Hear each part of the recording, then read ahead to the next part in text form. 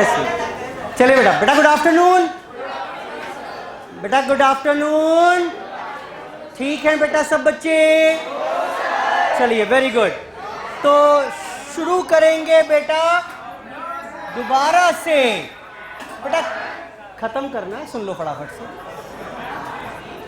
हमने फिर अकाउंट्स भी नहीं की बहुत दिनों से, आज अकाउंट्स भी करेंगे। चलो प्रोबेबिलिटी। चलिए प्रोबेबिलिटी में लास्ट क्लास में मैंने आपके साथ जाते जाते क्या बात की थी? मैंने कहा बेटा बस बस बस अब सुन लो। इफ बेटा सबसे अलार्मिंग बात क्या थी? If more than one item is selected simultaneously, if more than, बेटा मत करो ना बात, आप सुन लो। more than one item, वो बोल रहा है कि एक से अधिक आइटम सेलेक्ट किए।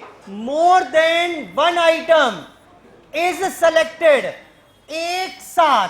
मान लेते हैं एक बैग में कुछ बॉल्स थी, मैंने 5 बॉल एक साथ निकाल ली।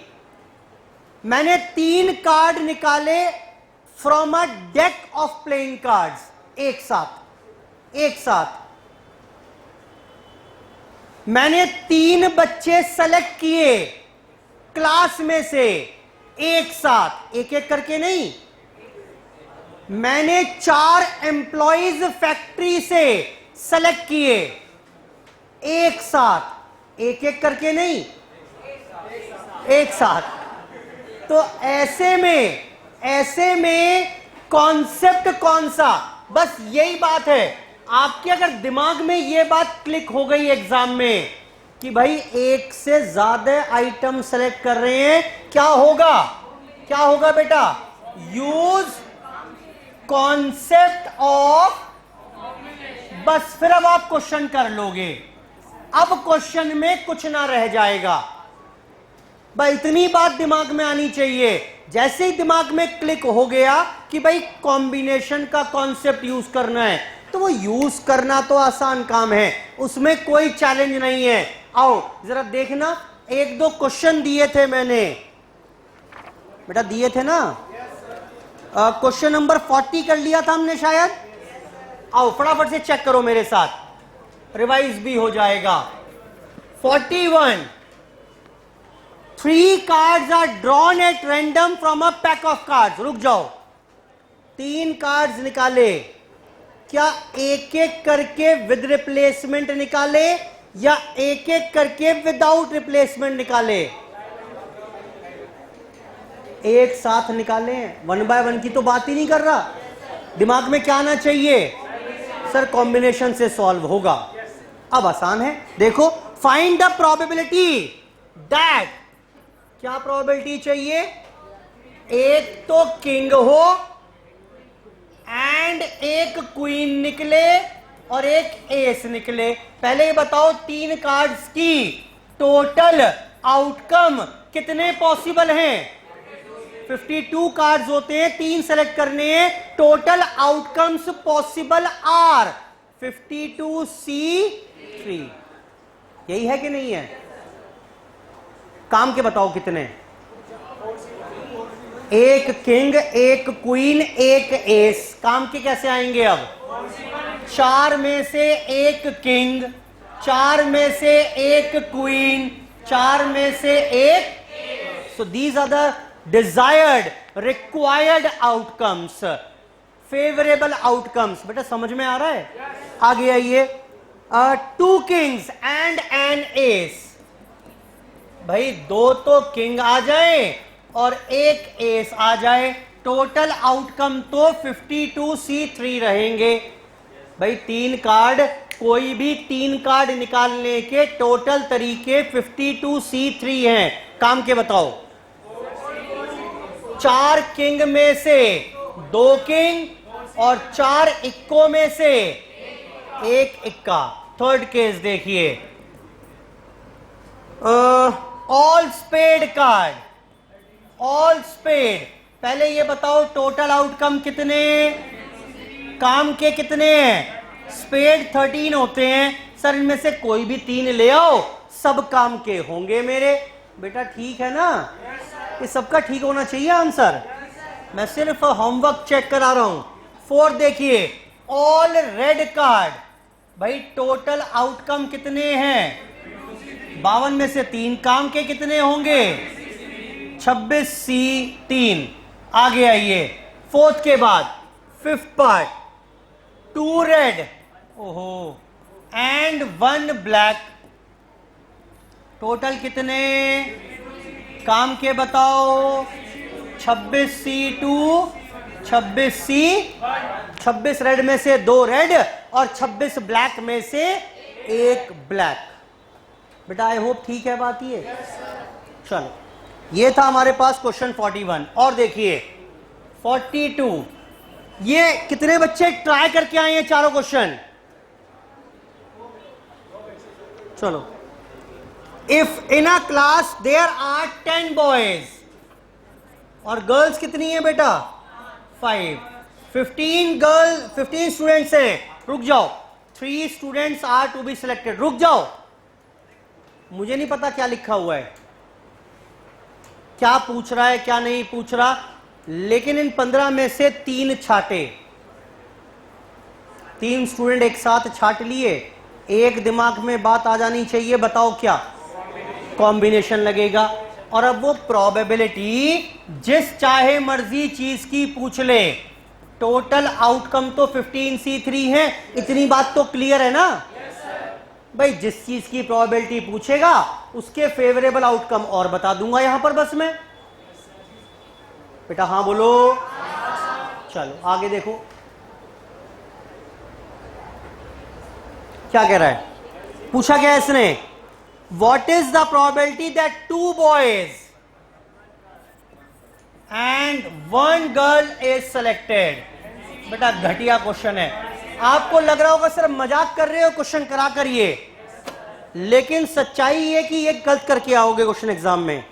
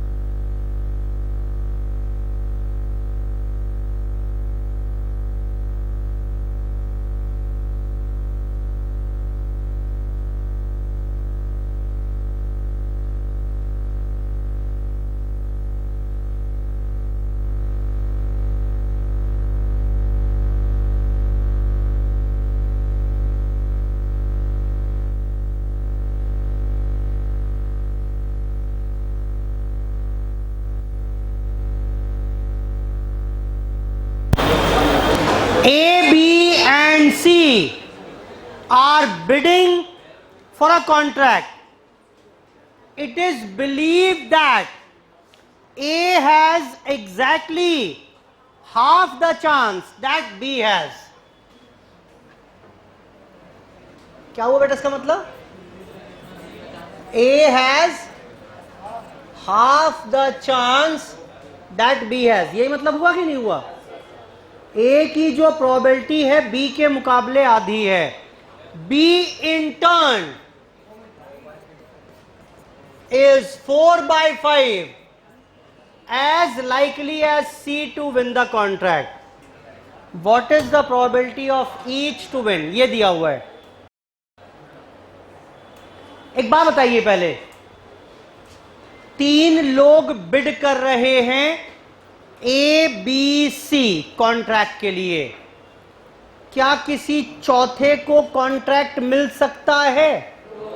तो इसका मतलब क्या हो गए तीनों? ये एग्जॉस्टिव हो गए. बोलो बेटा, no event other than these can be possible. तो दीज आर एग्जॉस्टिव. दूसरी बात, अगर A को मिल गया तो B और C को ना मिलेगा, B को मिल गया तो A और C को ना मिलेगा, C को मिल गया तो A और, तो इसका मतलब कौन से हैं?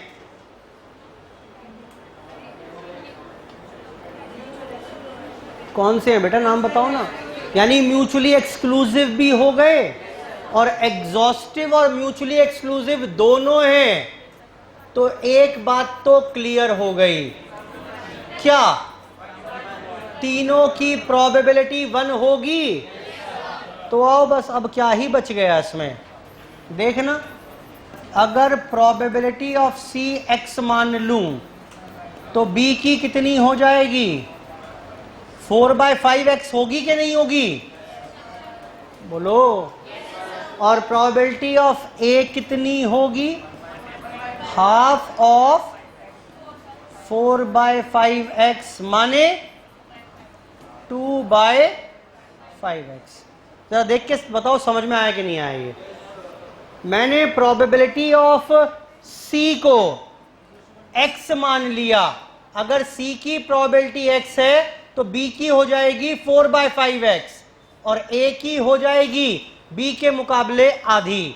और अब मुझे इन तीनों में रिलेशनशिप मालूम है. क्या है बेटा, जरा बताना रिलेशनशिप. रिलेशनशिप ये है कि A plus B plus C 1 है, यानी 2/5x plus 4/5x plus x equal to 1. करिए solve. 5 4 9 11, 11/5 x equal to 1. x की वैल्यू 5/11. पूछा क्या था उसने बेटा? What is the probability of each. तो बताना जरा, A B C की प्रोबेबिलिटी बता पाओगे क्या? अब अगर x आ गया तो मुझे लगता है बता पाएंगे अब. तो this implies probability of A हो जाएगी 2/5 ऑफ 5/11, 2/11. B हो जाएगी 4/5 ऑफ 5/11, 4/11. और C की हो जाएगी खुद 5/11. चेक करो बेटा, is the required answer. Exam में आ चुका है क्वेश्चन, एग्जाम में पूछ चुका है ये.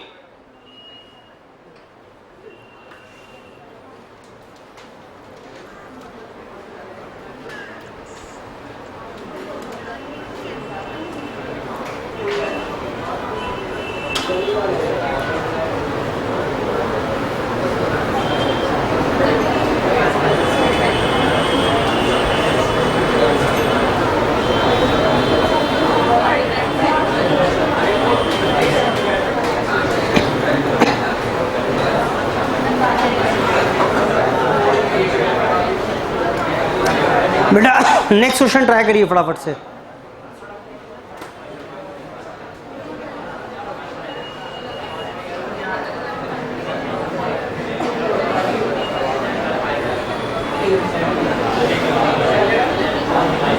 चलिए देखें 45 के बाद बेटा 46 देखिए, only 3 students ABC appear at a competitive exam. 3 ही बच्चे एग्जाम देने बैठे। The probability of A coming first is thrice that of B and probability of B coming first is thrice that of C। Exam का question है ये, ऐसे ही question तो चल रहा है सेम। अच्छा, find the probability of each coming first, बिल्कुल सेम क्वेश्चन है। यहां तक तो फिगर्स पलटी हैं कुछ, बस बिल्कुल सेम क्वेश्चन है। ए के फर्स्ट आने की प्रोबेबिलिटी, बी के फर्स्ट आने की और सी के फर्स्ट आने की प्रोबेबिलिटी बताइए। आगे find the probability of each coming first, ठीक है। Also find the probability that A or B comes first and that none of them comes first. ये सेकंड थर्ड पार्ट बाद में कराऊंगा, पहले यहां तक करके दो अपने आप। करो, बनाओ रिलेशनशिप और ए बी सी तीनों के फर्स्ट आने की प्रोबेबिलिटी निकाल के बताइए सेम पैटर्न पर, फिर देखते हैं आगे।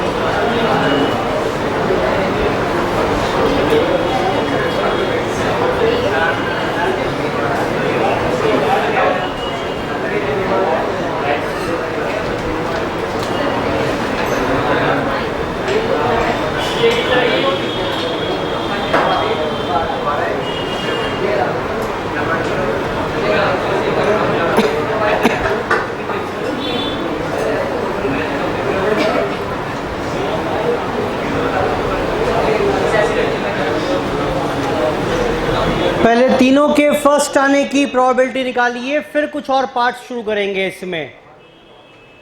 बेटा आ गई क्या?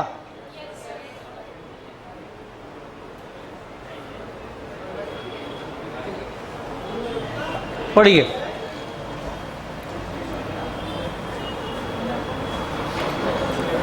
Question number 46।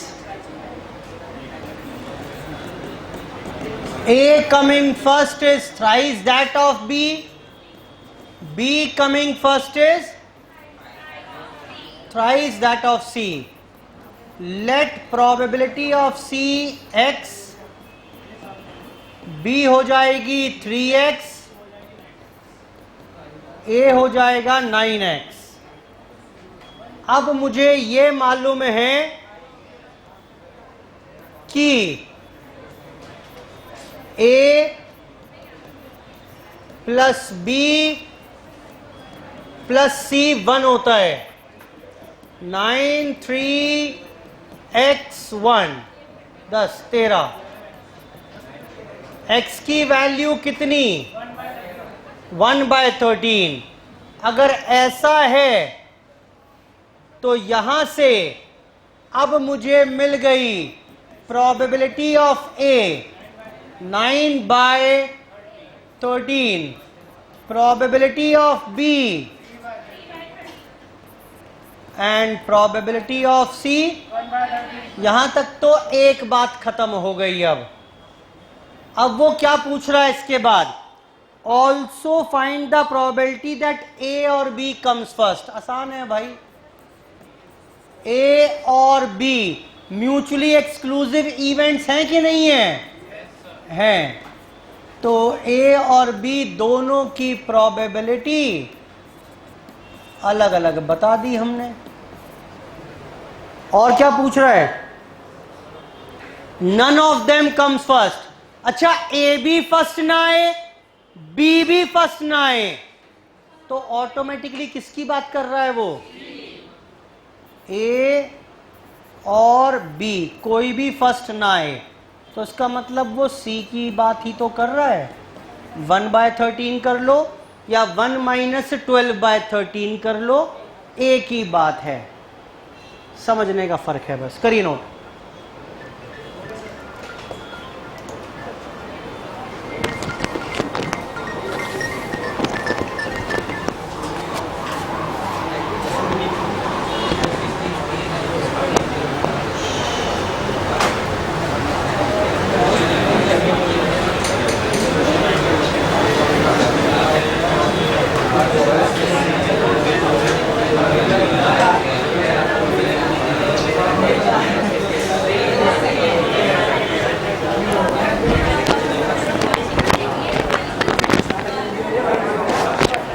But I hope note कर लिया होगा सबने।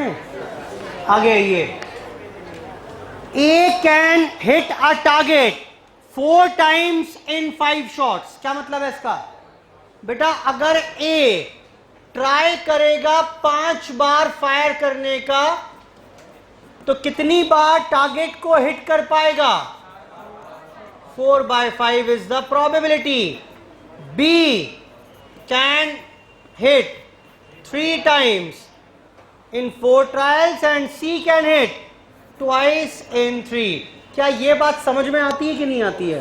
प्रोबेबिलिटी लिखी हुई है, डायरेक्टली ना देकर किसी और तरीके से। दे फायर अ वैली, तीनों ने एक साथ शूट किया, तीनों ने एक साथ फायर किया। What is the probability that exactly 2 shots hit, 2 hit करें? बताओ बेटा।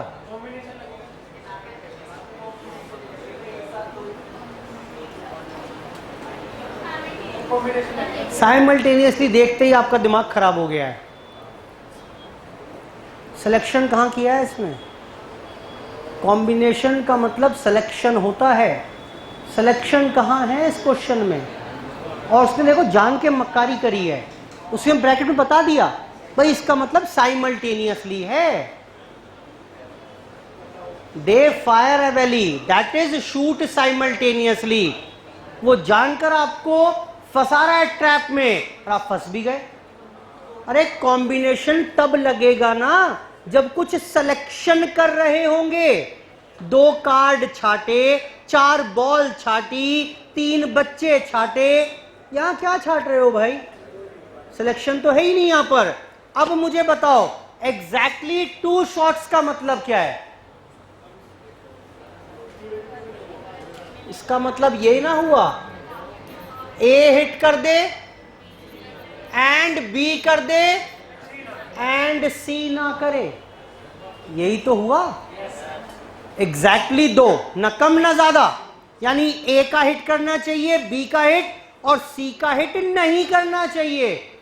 सी को मैं खुला नहीं छोड़ सकता, सी को कंसिडर करना पड़ेगा, क्योंकि अगर सी का हिट कर गया तो प्रोबेबिलिटी बिगड़ जाएगी। कोई और तरीका भी है क्या? हाँ, क्या?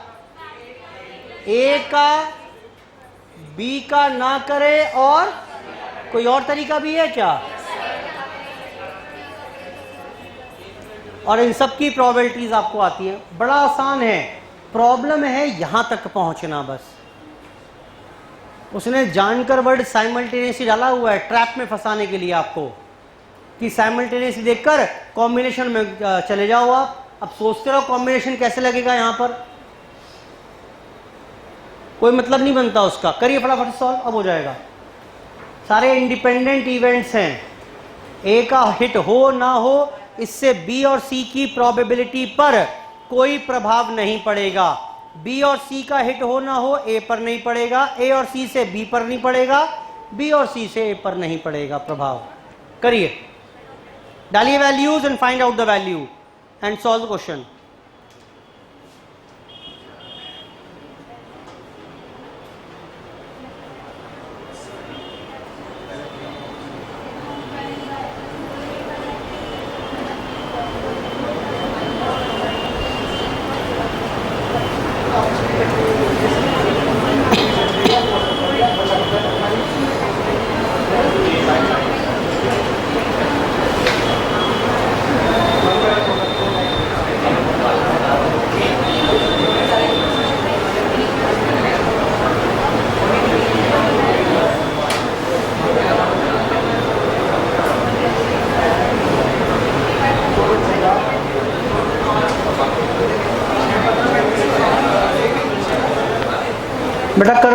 कैसे अब तो बताना ज़रा, चलो आप मेरी मदद कर दो।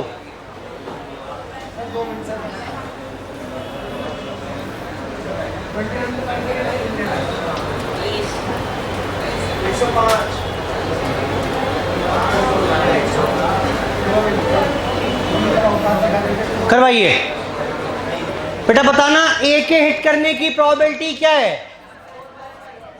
बी की क्या है, और सी के ना करने की क्या है।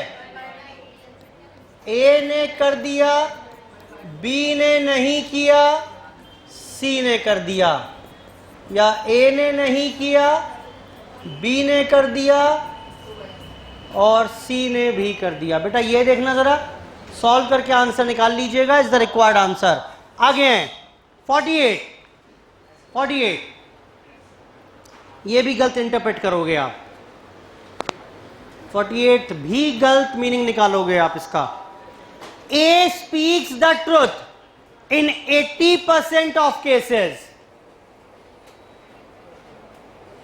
ए के सच बोलने की प्रोबेबिलिटी क्या है, 80%। 80/100 प्रोबेबिलिटी हो गई। और बी की 90%। In what percentage of cases are they likely to contradict. A के सच बोलने की प्रोबेबिलिटी, बी के सच बोलने की प्रोबेबिलिटी आपको दी हुई है। बताओ इनमें, उल्टा लिख दिया क्या,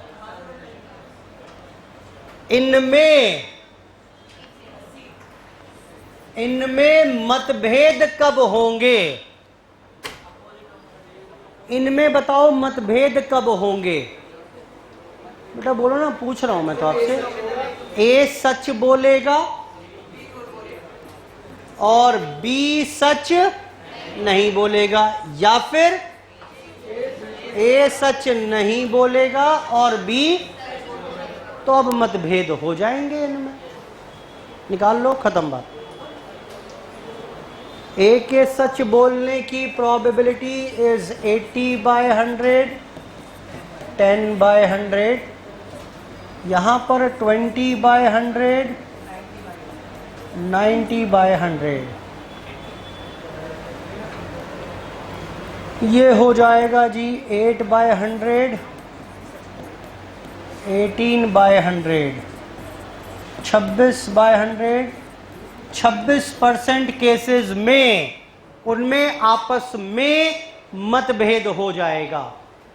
जब कोई भी डिस्कशन का मुद्दा बनेगा तो 26% केसेस में उनमें मतभेद होगा।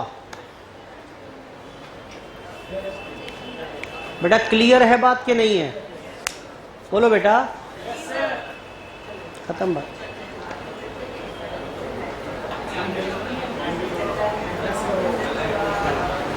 फटाफट से नोट करिए उसको। अच्छा बताओ उसमें क्या क्या रह गया हमारा। ये कुछ क्वेश्चन हमें 14 से 23 भी डिस्कस करने हैं अभी, है ना। डिस्कशन पेंडिंग है इनका। चलो आप पढ़ते हैं। अरे पढ़ लो भाई।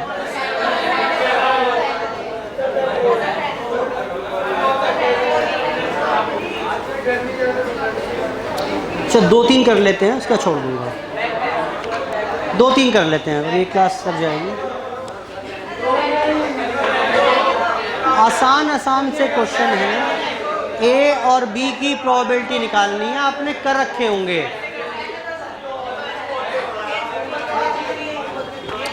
चलो ठीक है फिर कोई बात नहीं, नेक्स्ट क्लास में कंप्लीट कर लेंगे इसको। इसके साथ ही हमारा प्रोबेबिलिटी वैसे फिनिश हो गया हमारा। इसी का एक पार्ट और है एक्सपेक्टेड वैल्यू, जो मैं नेक्स्ट क्लास में शुरू करूंगा। इन पेंडिंग क्वेश्चंस को डिस्कस करने के बाद कराऊंगा क्लास में, लेकिन क्वेश्चन में सारे ये जो क्वेश्चन 14 से लेकर 23 हैं, ये मैंने ऑलरेडी आपको होमवर्क में दिए हुए हैं, लेकिन मैं डिस्कस करूंगा क्लास में सारे ही question. Then we will start with expected value and variance. 2 class का टॉपिक ये है बस हमारा। चलिए शुरू करेंगे चर्चा नेक्स्ट क्लास में। आज की चर्चा समाप्त। धन्यवाद, बाय बाय।